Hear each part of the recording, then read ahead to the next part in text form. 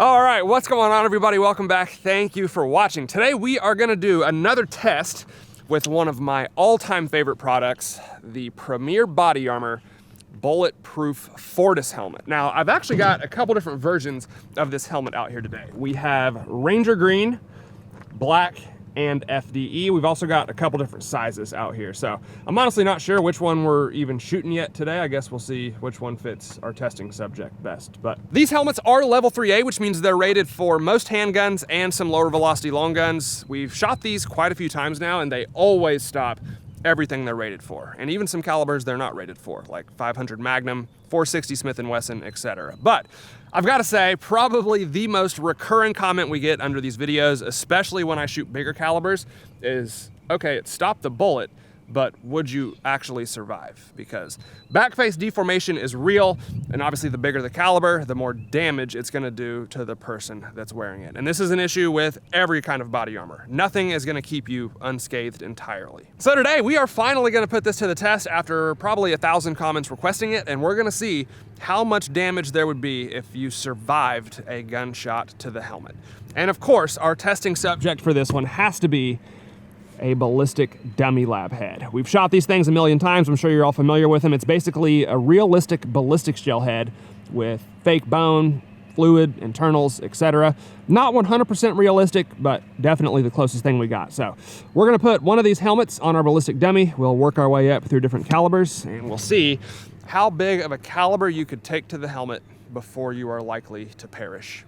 Now, I've got two different size helmets out here. The black one is a medium and the green is a large. I actually planned on using the green one for this video, but these ballistic dummy heads are a little bit smaller than a regular head, at least smaller than my big ass head. So I went with the medium first, and it honestly looks like it fits him perfect.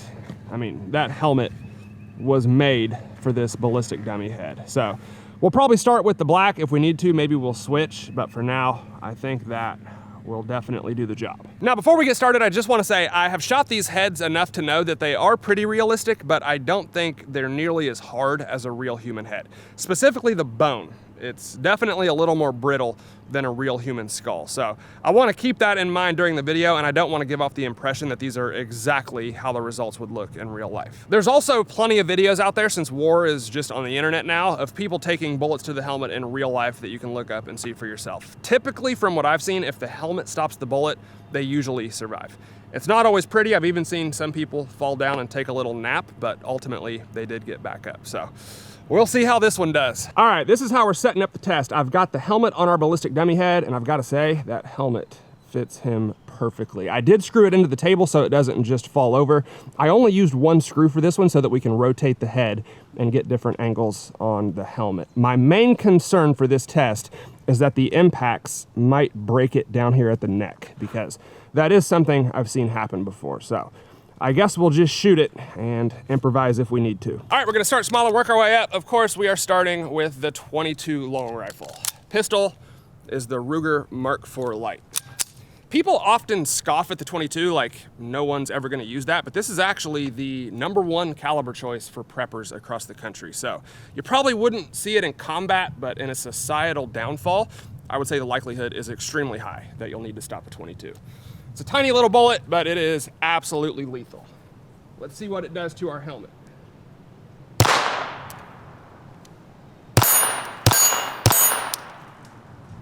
Let's check it out. And the 22 went in right there on that Velcro patch. If we take the helmet off, there is no backface deformation, and of course, our ballistic dummy head is in perfect condition. Can't say I'm surprised. It looks like you would easily survive the 22, and you probably wouldn't even feel much, honestly. So let's step it up. Okay, I rotated the helmet a little bit towards us. Next up, we have the 380 ACP out of the Walther PPKS. Beautiful little gun. And one thing I'm scared of, because we're so close, is height over bore causing me to shoot low and putting a bullet straight through that ballistic dummy head. So I'm gonna aim high on most of these, and if I have to, we'll just redo it. 380. Big difference.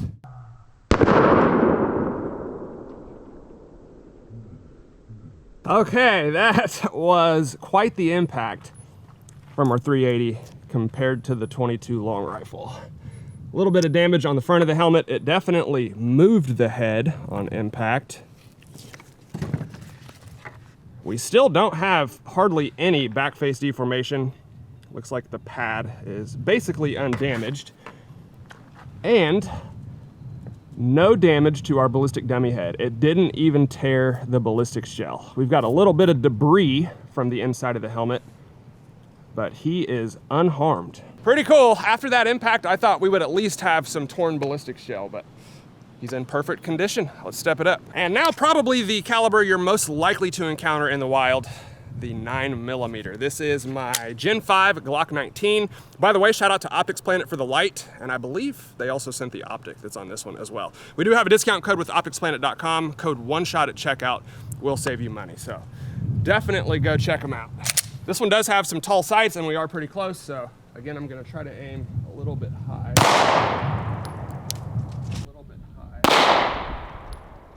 Well, on the slow-mo, it definitely looked like the bullet went into the helmet. If it just skimmed the top, I was probably gonna redo it, but I don't think we need to.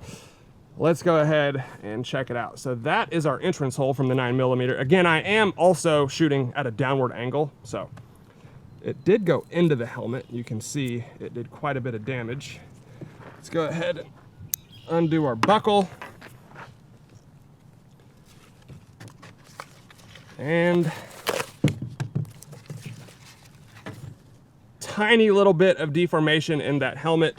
No damage on our ballistic dummy head. I feel like I should probably redo that one. I know you guys are gonna give me crap in the comments if I don't, so. Shoot the 9mm again. 9mm attempt number 2. Surprisingly, the offset wasn't as dramatic as I thought it would be, so we'll just aim right. Definitely a better impact. Okay, there's 9mm attempt number 2 right there. That was definitely a flush impact. Go ahead and undo the chin strap. Still not even a tear on the ballistic shell. That is pretty impressive. I thought we would definitely have some damage after that one. Again, there's debris all over it. I hope you guys can see it as well as I can, but that ballistic shell is in perfect condition. And then if we look at where that 9mm hit, that one did cause a little bit more back face deformation for sure. Hopefully you can see that bulge in there, but these pads really did their job because they're also undamaged, and clearly they absorbed a lot of that impact. And next up, we're gonna go ahead and try the 40 Smith & Wesson out of the Glock 23. I was gonna skip this one, but I don't have a full-size 45, so we'll go ahead and shoot the 40 and see what it does. This is a big step up from the 9mm for sure. I'm gonna try to put this one dead center right in the front.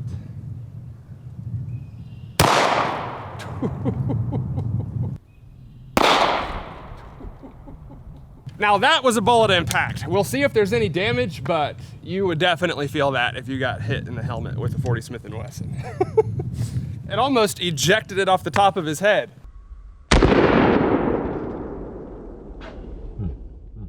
Well, unfortunately, my high-speed camera did not cooperate on that one, so we didn't get any slow-mo footage, but hopefully you could see it on the other cameras. We hit it. It looks like right below the screw that keeps that piece of plastic on, so. Let's take a look at the damage. That is our entrance hole from the 40 Smith & Wesson. I can't tell, it looks like it probably went in just below the screw, but definitely pretty close to it. And if we take the helmet off, okay, so there's a tiny little tear in the ballistic shell right there, but it's from the screw that was on the inside of the helmet. This is gonna be tough to show you guys with only 2 hands, but you see those 2 screws right there. There was a third one right up there in the middle, and that is that hole that you see just above that piece of Velcro. It's where this screw was keeping that piece of plastic on, and that is what caused that tiny little tear in the ballistic shell. No real damage, it's probably like a millimeter in at the most, and you can see all the way around it, like from the deformation, there's no damage on that ballistic dummy head. It just kind of sent the screw into the ballistics gel a tiny little bit. It actually fell off when I removed the helmet, so. If we hit it anywhere else, I don't think that would have happened. It probably would have been completely unscathed, but the screws are part of the helmet, and that is something to think about. Again, ballistic gel is so much softer than regular skin that probably wouldn't have even, you know, punctured skin if it was actually on your head. But we definitely lost that tiny little screw, and we have our first tear in the ballistic gel, but there is an asterisk beside it, in my opinion. Now, I want to keep the back of the helmet untouched so we can save it for the really big calibers I got. So I went ahead and angled it down just a little bit, and we're going to put one more on the front of the helmet. And this is where things might start to get kind of sketchy. This is the 357 Magnum. It's a 158 grain bullet, and we're shooting it out of a 6-inch revolver. This is a very powerful round. Let's see what it does. Dude.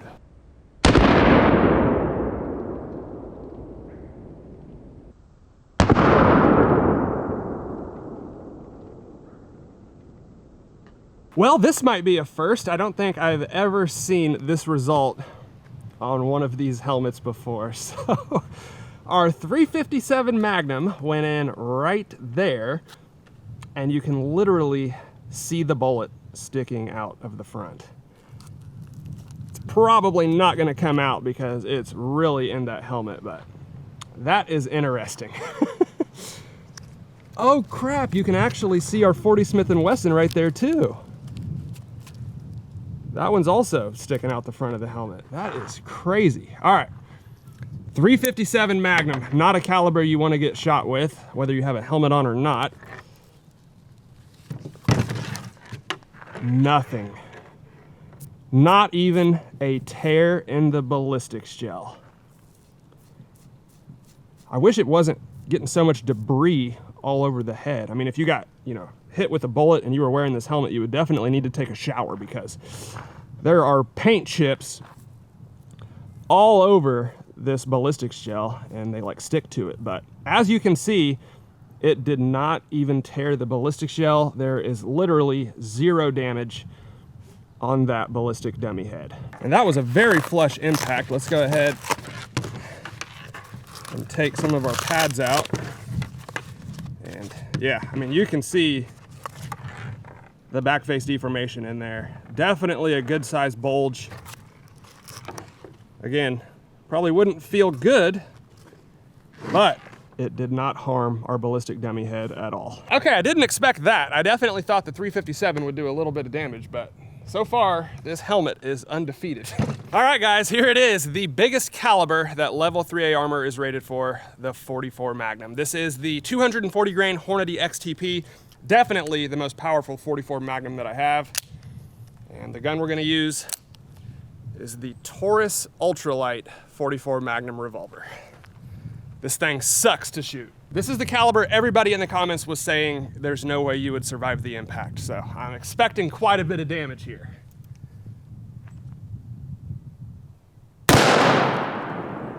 Dude. Yeah, that was quite the bullet impact. If the chin strap wasn't on, it probably would have yeeted the helmet like 15 yards back because it tried to throw it off of there, but I don't see any fluid. Let's go check it out.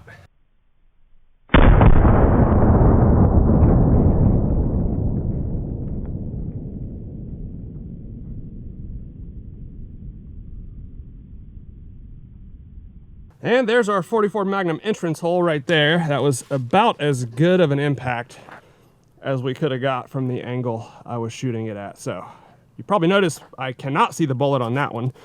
It definitely went a little bit further into the helmet. Go ahead and undo the chin strap. And the big reveal. Okay. There's like almost looks like a bruise on top of it, probably just from where the deformation inside the helmet hit the top of our ballistics gel head.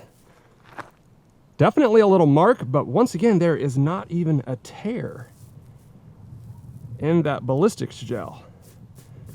I wish this stuff didn't cling to it so bad. I could just wipe it off and show you, but that's the only mark that I see right there. Hopefully you guys can see that.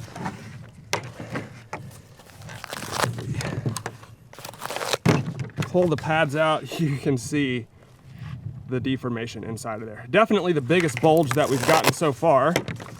Again, just a straight on impact, probably an 1.5 inch bulge inside that helmet. Once again, no damage to our pads. And that's something that's been consistent in every video we've done. No matter what caliber I shoot at this helmet, the pads remain undamaged and intact. So they're probably helping us out quite a bit, but that's the bulge inside the helmet, and that's the mark on our ballistic dummy head. I don't know if he'd be awake, but he would definitely survive. I mean, there's, again, not even a tear on the gel, no cracks in the skull, definitely no fluid. He's in pretty good shape considering the size of that bullet. I honestly can't believe our ballistic dummy head is still standing up. That 44 Magnum like flipped him completely sideways and then he just sprung back up. So he's still standing. Let's keep shooting him. Okay, I promise I'm not trying to glaze too much, but I really did not think we would be here after the 44 Magnum. I thought it would do quite a bit of damage to that head. So I got a couple more calibers to try. These are strictly for fun. This helmet is not rated to stop these. But next up, we've got the 50 AE, and we're shooting it out of the Desert Eagle. So I believe this is a little slower than the 44 Magnum. It is a bigger bullet. I honestly think the 44 Magnum might be a harder caliber to stop, but don't quote me on that. Either way, this is a monster. So let's see what it does.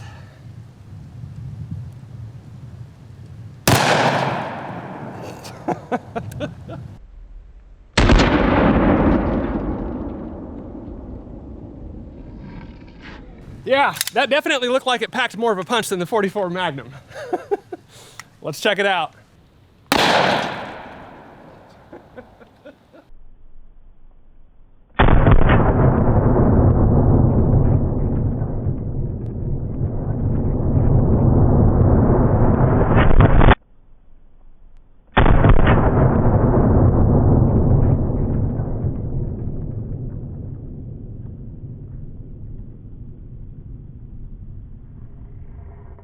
Okay, I went ahead and put the helmet back down just a little bit so you can kind of see the angle we hit it at. It's still not all the way back down. I think the bulge on the inside is kind of lifting it up a little bit, but either way, that is the entrance hole from the 50 AE. By far the most damage we've had on the outside of the helmet. I mean, it just completely caved that entire thing in.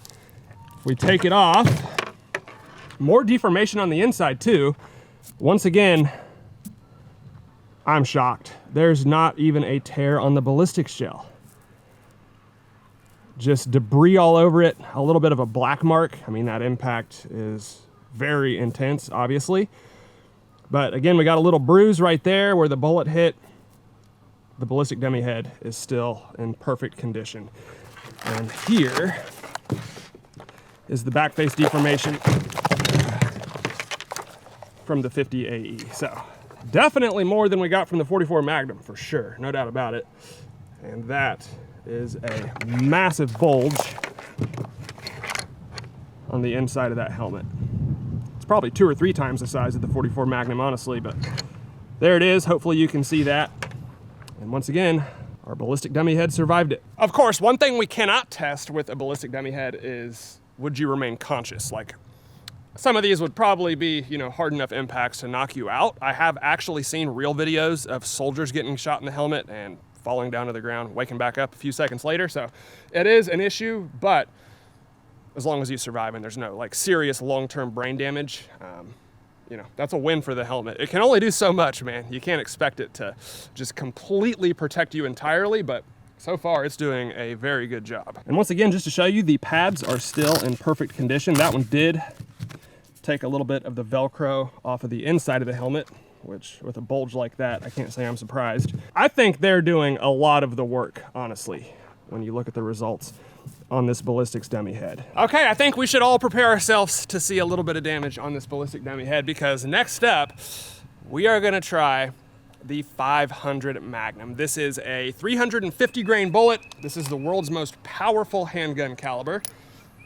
And of course, we're shooting it out of my Smith & Wesson 500 Magnum revolver. Again, this is strictly for fun. I've never heard of a 500 Magnum being used in real life for self-defense, so take this result with a grain of salt, but it would be a crime if I didn't test the 500 Magnum on this helmet. So, going straight for the middle of the back. Here we go.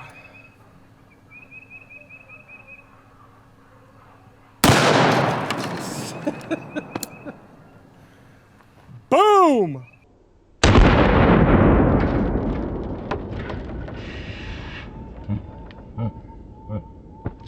Uh-oh, I see a little bit of fluid dripping out of our ballistic dummy head.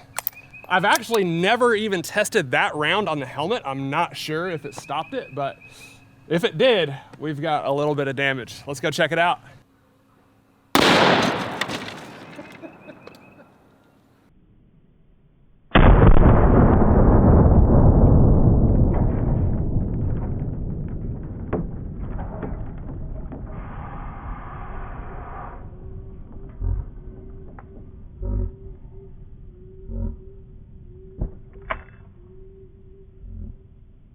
That one made all the other calibers look like child's play. Honestly, that high-speed footage is crazy. So that is our entrance hole from the 500 Magnum. It actually blew the screw out of this plastic attachment point and just launched it up about 6 inches to the top of the helmet.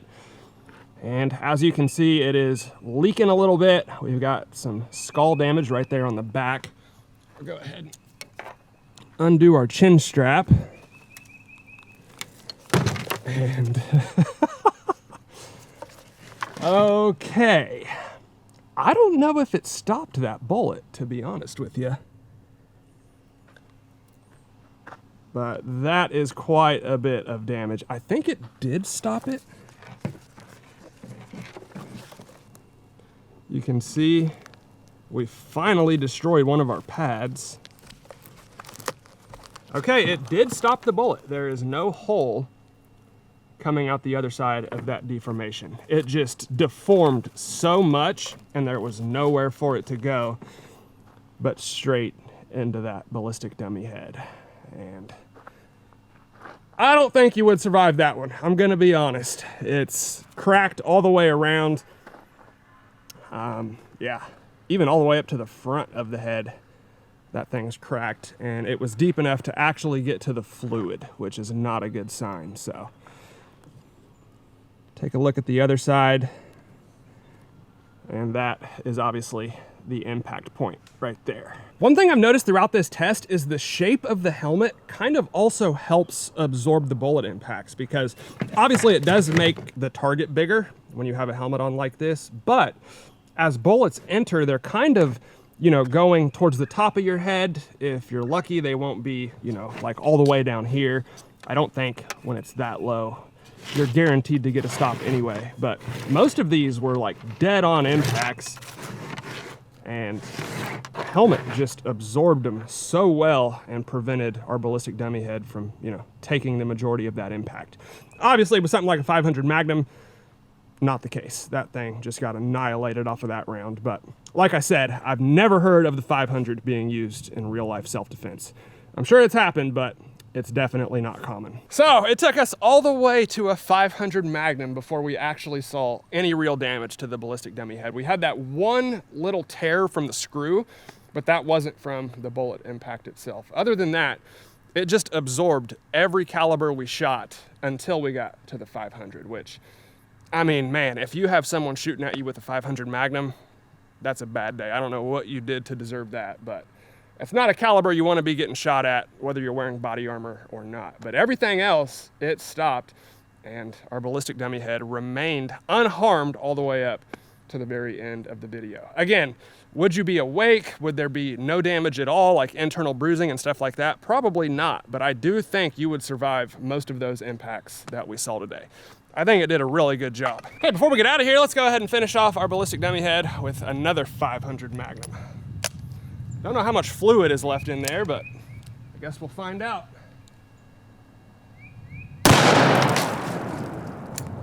God. I hope the camera picked up the fireball on that one. That was absolutely crazy, and it looks like it removed the head from the neck, so that's cool. I absolutely love the 500 Magnum. What a beast. All right, guys, there it is. Surviving a shot to the helmet was definitely a success. Honestly, I thought it would fail way earlier than that. I thought the 357, 44 Magnum calibers like that would at least do a little bit of damage to our ballistic dummy head. And of course it does matter where you get shot. You know, there's a lot of factors that go into it, but I was just aiming straight for the open spots on the helmet, and it absorbed everything without really even damaging the ballistic shell until we got to the 500 Magnum, and then that dude definitely did not survive. As always, I will put a link down below if you want one of these helmets, Premier Body Armor. You know, I love their products. They do help us out and send us stuff to test. This video was not sponsored. I'm not getting paid, nothing like that, but I just like the helmet. So if you want one, I will put a link down below. They've got green, black, and FDE now. I'm not sure, you know, if there's other colors coming out or not, but they got the big three. So hope y'all enjoyed the video. If you did, please let me know down in the comments below. As always, hit that like button for me, guys. I would really appreciate it. Thank you all for watching, and I'll see you next time.